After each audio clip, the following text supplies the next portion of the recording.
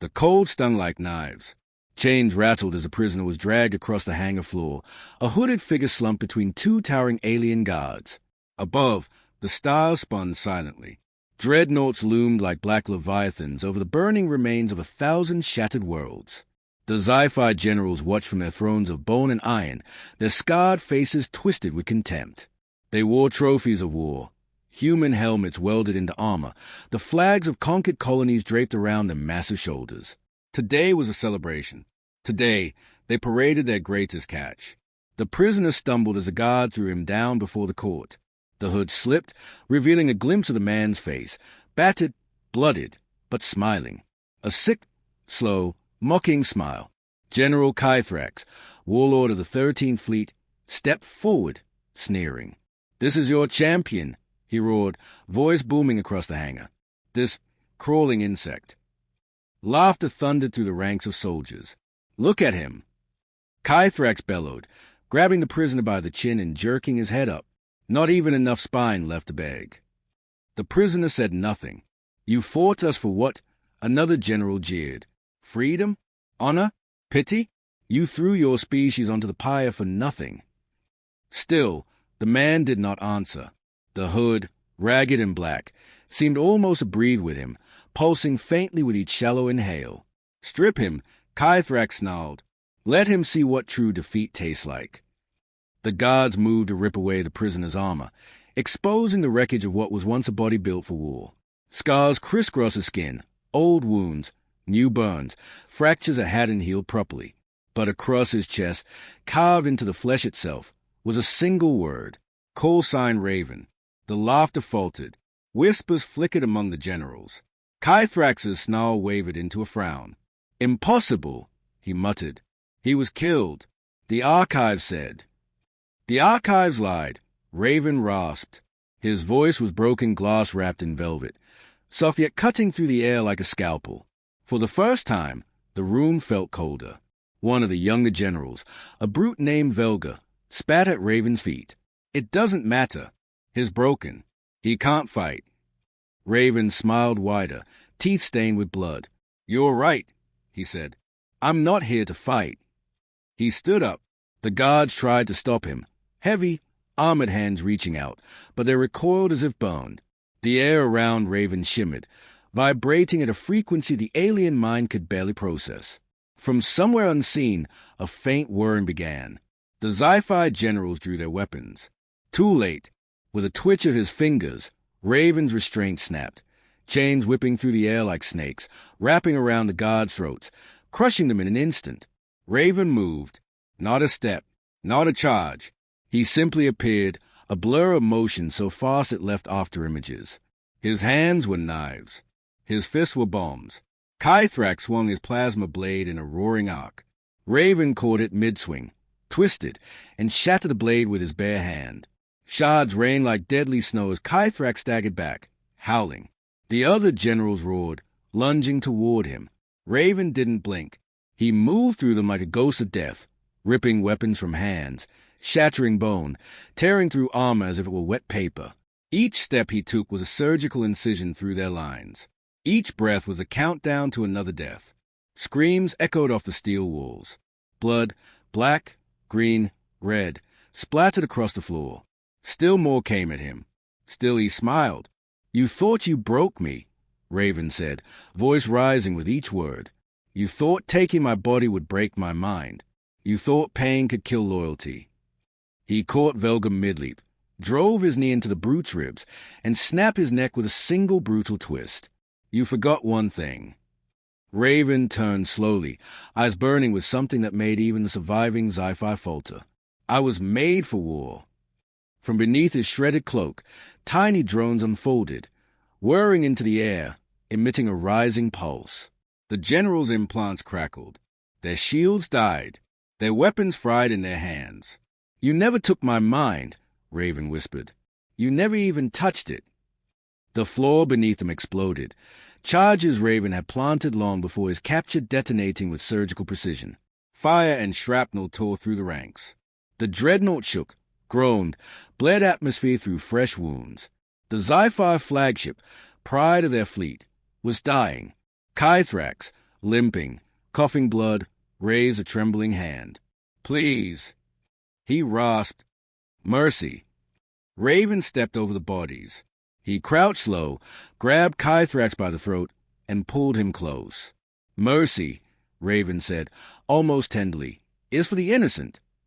He crushed the alien's windpipe and let the corpse fall. The room was a tomb now, silent, except for the faint ticking of Raven's drones arming the final charges. He turned toward the massive observation window overlooking the fleet. Through the cracked glass, he saw the Sci-Fi Armada gathering, ships blotting out the stars, weapons trained on the flagship. Backup had arrived. Too late. Raven touched the comms unit embedded in his ruined armor. "This is call sign Raven," he said quietly. "Target acquired. Beginning purge protocol." On the horizon, shapes moved. Human strike fleets, stealth ships, black as a grave, coming out of hiding. They had waited for the signal. Now it was war. Outside, the heavens erupted. Human warships tore into the Sci-Fi like wolves among sheep, sabers of plasma lashing out, atomizing alien cruisers. Missile salvos lit the void in terrible, beautiful fire. Raven watched it unfold, calm, distant, almost serene. He had lit the match. The galaxy would burn now, and he would be the flame. The flagship shuddered as a final charge is armed. A deep, ominous hum filled the hangar. Raven turned and walked away, his broken body straightening with every step, the blood of 100 enemies soaking into his boots. As he moved toward the extraction deck, he heard the first detonation, a low, soul-shaking boom that ripped through the dreadnought's spine. The flagship began to fall. Pieces of it, massive slabs of steel and bone, spiraled into the darkness, burning bright against the black sea of stars. And above the chaos, the transmissions echoed across every surviving fleet. Call sign Raven confirmed. Objective complete. Initiating final cleansing. And somewhere, deep in the enemy's high command, fear finally bloomed. Not of armies, not of fleets, but of the man who could not be broken. The man who had become the knife pressed against the throat of empires. The man who had once worn chains, and now wore vengeance like a crown. The dreadnought groaned like a dying god. Fires chewed through its hull. Bulkheads buckled, bleeding oxygen into the void. Dead Sci-Fi bodies floated weightless through the corridors, spinning in slow, mournful ballet. Raven moved through the chaos like a ghost. His breathing was steady. His mind was sharp. Behind him, the extraction deck crumbled, emergency lockdowns failing as explosive decompressions ripped entire sections into the vacuum. But Raven had no intention of escaping. He had unfinished business. The bridge lay ahead, the dreadnought's rotten heart. If Raven could seize it, he could turn every weapon on board against the Sci-Fi fleet. One ship wouldn't win the war, but it would send a message. Earth was not finished, and neither was Raven. He stormed the bridge with a fury that stunned even the battle-hardened Sci-Fi captains. Automated turrets swiveled toward him. Raven dived, rolling under a hail of plasma bolts, his drones intercepting incoming fire in suicidal bursts of shrapnel. He came up fast, hurling a micro-grenade at the central console. The blast fried the bridge's mainframe. Lights sputtered, alarms screeched, and command crew staggered, half-blind. Raven moved through them like a scalpel, carving, breaking, killing. One captain, a towering brute with 4 arms and obsidian armor, charged, roaring. Raven sidestepped, grabbed a fallen glaive, and drove it clean through the alien's chest. Hot, black blood sprayed across the control panels. Who's in charge now? Raven growled, voice low and cold. No one answered. They couldn't. Raven tore the command collar from the captain's corpse, jamming it onto his own wrist. It boned. Sci-Fi tech wasn't meant for human flesh, but Raven clenched his teeth and endured. The interface flickered to life, pulsing against his veins. New data flooded his mind. Fleet positions, weapon systems, vulnerabilities, and something else. Something hidden, deep within the dreadnought's lower decks. A classified file, encrypted 1,000 times over. Project Nixion. Warning beacons flashed in his vision.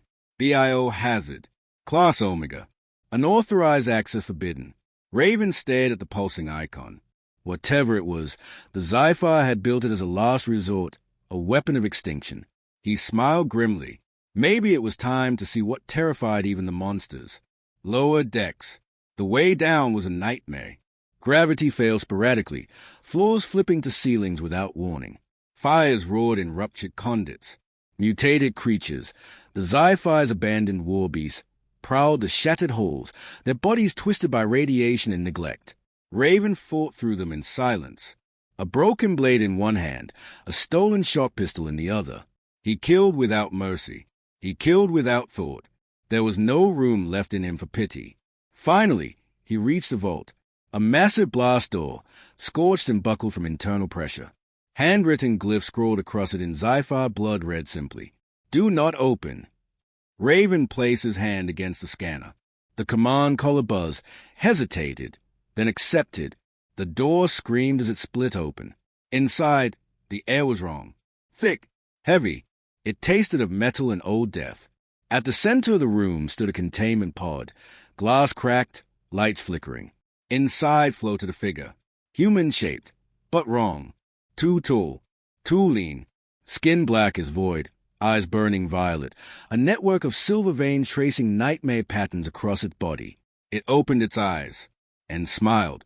A voice poured into Raven's mind, silk and poison. Finally, a worthy host. The pod shattered. Nixon stepped onto the floor, flexing hands that shimmered like liquid shadow. Raven raised his weapon. Nixon blurred forward, faster than thought, slamming Raven into the wall so hard the metal bent. "You are broken," Nixon purred, voice vibrating inside Raven's bones. "Hollow, perfect for rebirth." "Go to hell," Raven spat, smashing the shot pistol into Nixon's face. The creature laughed, a sound like razors scraping glass. The pistol melted in Raven's hand. "You are already there," Nixon whispered. The fight. It was not a battle. It was survival. Raven moved with every scrap of skill, instinct, and hate left in him, dodging blows at cracked bulkheads, counter-striking with broken fists and shards of debris. But Nixon was beyond strength, beyond speed. It adapted to every attack, growing faster, deadlier. Raven's ribs shattered under a glancing blow. Blood filled his mouth. His vision flickered. Nixon loomed over him, a black sun of power. "Die," it whispered. Raven smiled through broken teeth. "Ladies first," he croaked, and triggered the failsafe. Hidden in the command collar was a last resort, a dead man's switch link to the Dreadnought's reactor core. If Raven's heart stopped, the entire ship would cease to exist. He clutched the trigger with the last strength he had. "Checkmate," he rasped. Nixon's smile faltered. For the first time, it felt fair. The end of the Dreadnought. The core went critical. A scream, not of sound, but of pure tearing reality echoed through the ship. Raven, grinning like a demon, stared up into the face of the creature he had doomed. "See you in hell," he whispered, and everything went white. In the aftermath, from the surface of a shattered moon, human scouts watched the explosion. A sun blossomed where the Dreadnought had been, a terrible, beautiful flower of annihilation. No escape pods, no survivors, just silence. On Earth, encrypted messages buzzed across dead frequencies. Call sign Raven, status unknown, mission complete. The hunt continues, but in the black depths of space, far from human eyes, a shard of shadow drifted, alive, waiting, and deep within it, the faintest echo of a laugh, broken, battered, but undefeated. Space, weeks later. The battlefield hung dead and silent between the stars. No human fleets, no alien warships, only wreckage, the twisted, blackened bones of titanic vessels adrift in eternal night. From the wreckage drifted smaller shapes, escape pods, shattered debris, and other things that had once been alive. Now, they were something else entirely. Commander Vera Kane stared through the observation deck's fractured glass. Her scout frigate, Valkyrie 7, floated cautiously at the edge of the dead zone. Every scan on board screamed warnings. Biohazard readings. Radiation spikes. Distress signals laid atop each other like the screams of dying stars. "What the hell happened here?" whispered Lieutenant Dresk. Vera didn't answer. In her hand, she clutched a fragment of the last transmission ever received from the Raven mission. A voice, faint and broken, Call sign Raven. Mission complete. But it's not over. It's inside. It's awake. And then, nothing but static. Inside the wreck, their team boarded the nearest derelict. A Sci-Fi destroyer split open like a rotten fruit. The holes were lined with strange growths, organic and metallic fused together in pulsating webs. Lights flickered, casting twitching shadows. Then they heard it, a scraping, a wet dragging sound. "Contact front," shouted Dresk, raising his rifle. Shapes moved at the edge of their flashlights, shapes that had once been human and Sci-Fi both, fused into grotesque hybrids. Eyes glowed violet. Mouths gaped open, too wide, jaws dislocating. They rushed forward.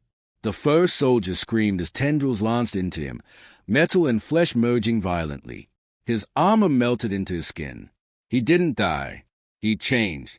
The squad fought like hell. Gunfire roared. Grenades detonated. Plasma cutters howled. But the infected wouldn't fall. They didn't bleed. They didn't break. Every corpse left behind twitched, rose again, stronger. Vera realized the truth too late. "This isn't infection," she breathed, backing toward the airlock.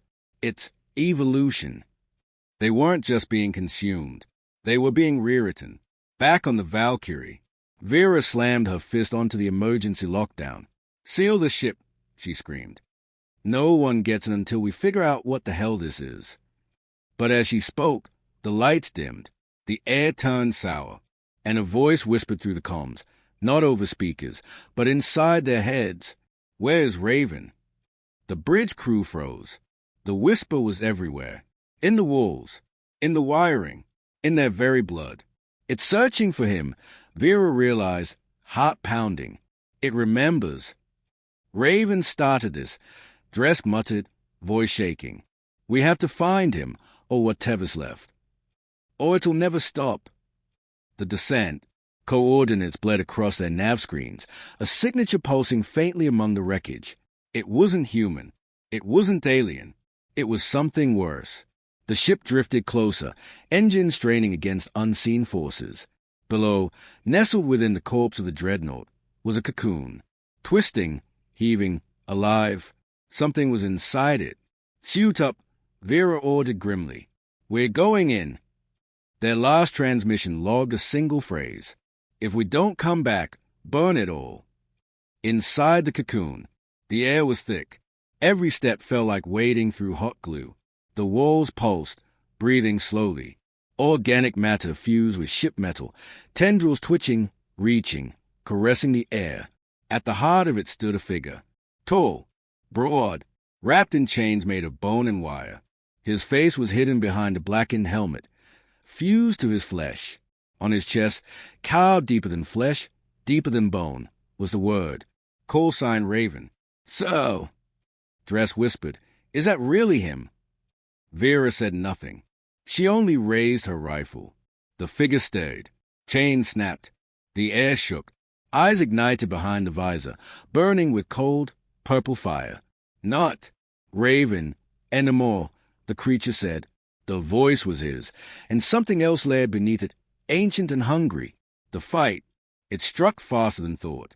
Dresk was ripped apart, body shredded into atoms by a swipe of the creature's hand.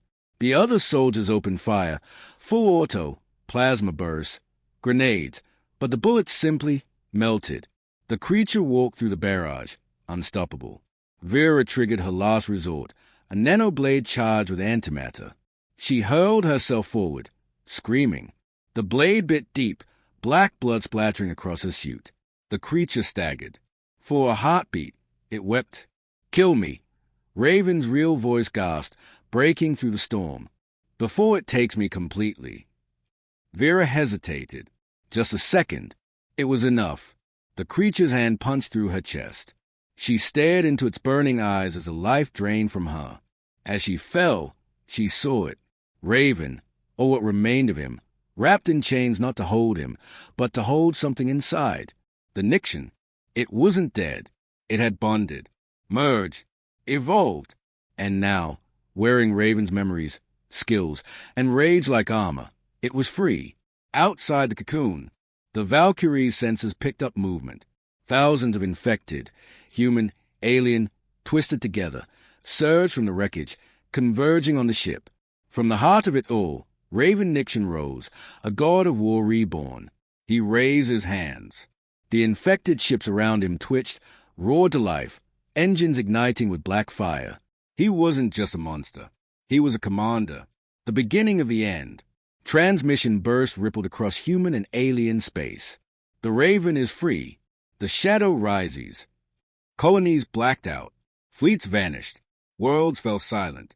Wherever the infection spread, civilization died screaming.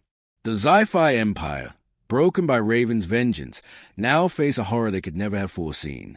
Their own extinction, born from the man they once tried to break. Somewhere, hidden deep on Earth, a secret council watched the data flood in. Generals, politicians, warlords, frozen in horror. "We created him," one whispered. "And now he's coming home," another said, voice shaking. Far beyond, drifting toward the core worlds, a message burned across every hacked frequency. Call sign Raven, returning home. Prepare for cleansing. The stars wept fire, and the war for the soul of humanity had only just begun. Earth, 72 hours before impact. The last council met deep beneath the Arctic ice, in a bunker carved from ancient rock and secret funding.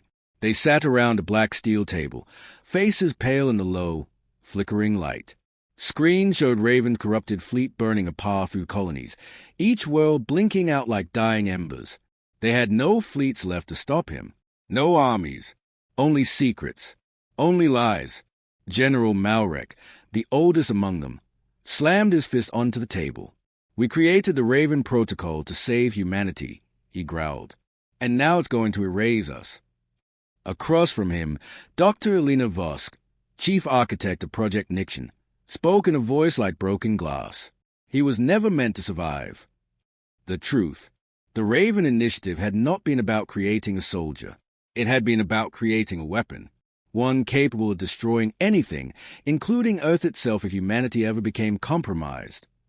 The Nixon entity was a failsafe, a parasite designed to fuse with the strongest host available. Raven was their chosen pawn, their perfect blunt instrument. Sacrifice him, infect him, and let him destroy humanity if they ever lost control. But no one had expected him to fight the parasite. No one had expected him to win and bind it to his will. Now, instead of a mindless destroyer, they faced something worse. A thinking god. "Is there any defense?" Malrek demanded. Elena hesitated. Then she whispered a single word. "The Avernus Project."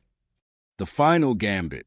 Deep beneath Earth's surface, in the molten scars of old wars, a weapon had been hidden. A prototype. Something darker than even Nixon. Avernus. An anti-life engine. A singularity bomb, capable of collapsing an entire solar system into a black hole. If Raven Nixon could not be stopped, they would activate Avernus and sacrifice Earth, Mars, Venus, everything. Humanity would be wiped clean. But Raven would die, too. Malrek stood slowly. "Prepare Avernus," he ordered, "and pray we never have to fire it." Above them, unseen, the stars flickered. The black sun was coming. Raven's descent. The skies over Earth cracked open. Not from storms. From him. Raven Nixon's fleet tore through the atmosphere, burning trails of violet fire behind them. Cities triggered emergency shields, but they were too late. Orbital cannons fired, but every shot was bent, twisted, devoured by Raven's new physics. Reality itself screamed in protest as he approached. On the shattered ruins of old Chicago, the first infected drop pods landed.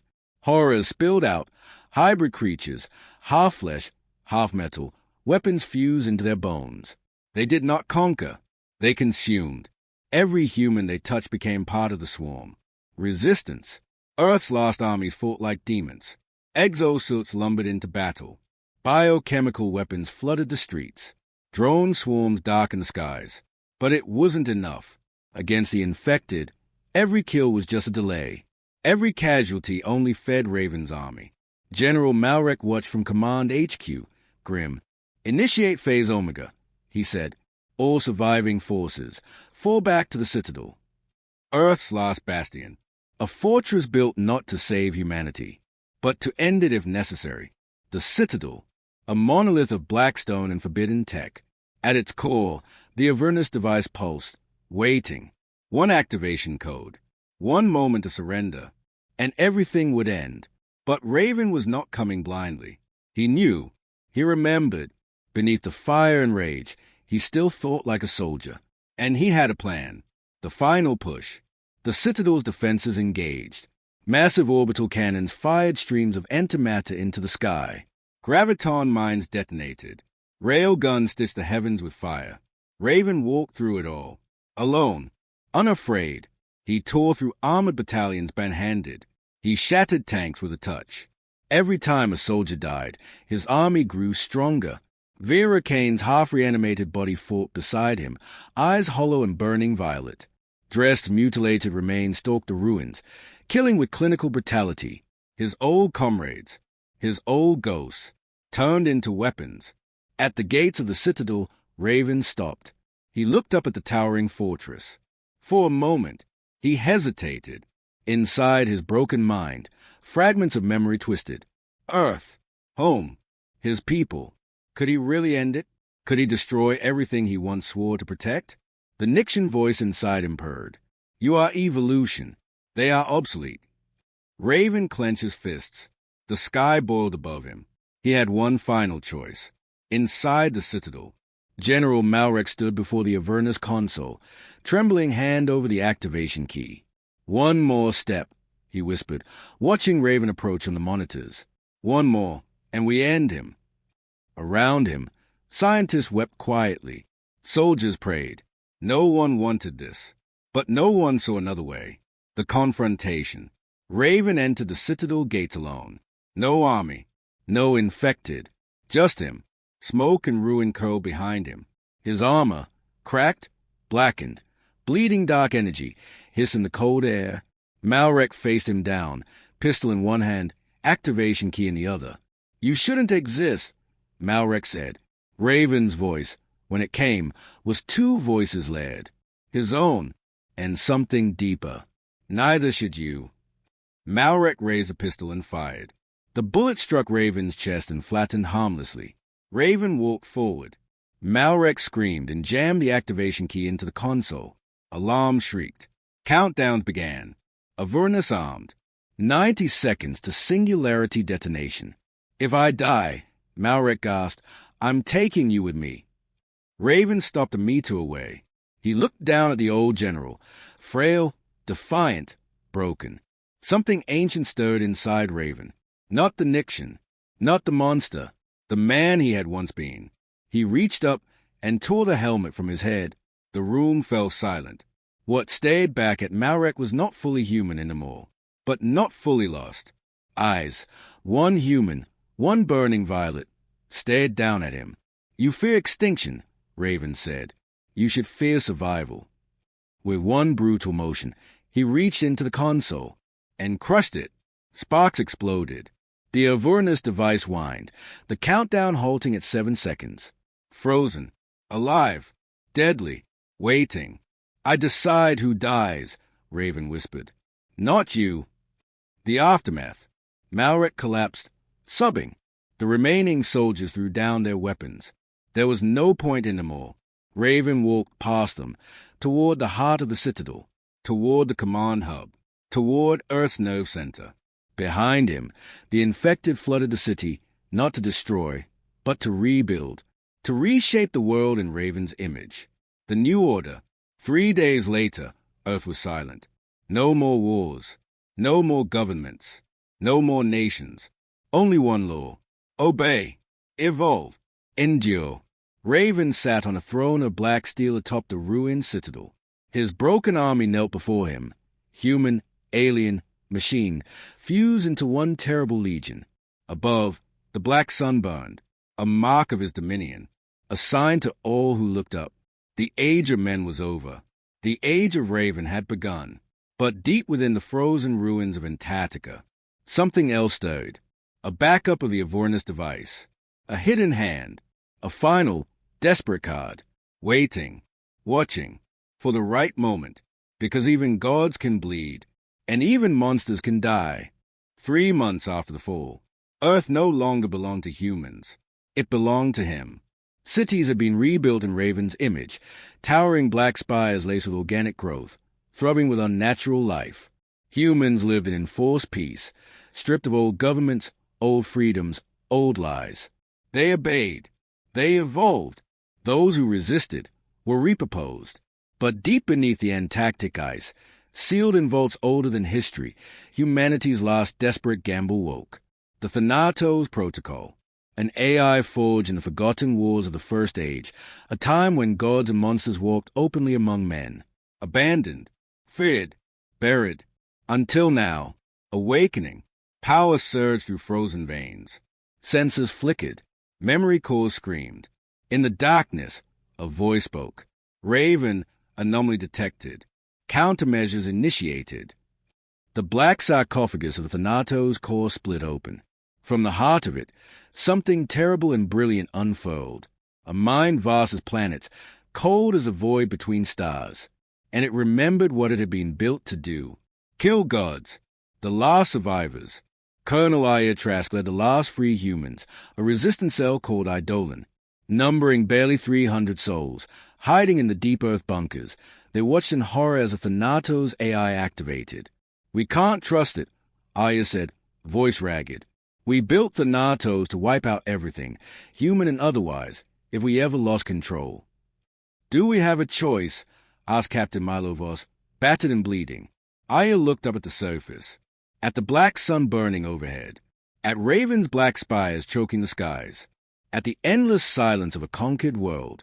"No," she said, "we don't." Thanatos' first move. Across the ruined world, hidden satellites flared to life. Dark signal codes, older than human memory, were broadcast. Reality rippled. From the old battlefields of dead wars, something rose. War beasts stitched from dead nanotech. Autonauts, mindless iron giants. The Eclipse engines, city killers walking on spider legs. Forgotten weapons, unholy relics. Awakened once again. And Thanatos called to them. "Your God is false. Your evolution is corruption. Serve true extinction." Raven's reaction. Sitting atop his black throne, Raven felt it instantly. A ripple through his mind's cape. A challenge. Something old. Something hungry. He rose, his blackened armor shifting, alive with whispering tendrils of the Nixian symbiote. The infected masses around him howled, sensing his fury. He spoke a single word. "War." And the earth itself trembled. The first clashes. In the shattered wastelands of New Moscow, Thanatos unleashed its legions. Autonauts slammed into Raven's infected forces. Steel against flesh. Ancient weapon against evolved monster. The battles tore mountains apart. The skies burned. Humans were caught between both nightmares, crushed beneath titanic forces that neither loved nor pitied them. Aya's resistance tried to survive in the cracks between the battles, stealing supplies, sabotaging both sides, clinging to the hope that somehow one evil would destroy the other, or that they'd find a way to kill both. A duel of titans. At the ruins of the Equatorial Spire, Raven faced the first Eclipse engine. It towered over him, a mobile fortress, black and jagged, powered by quantum entropic fields.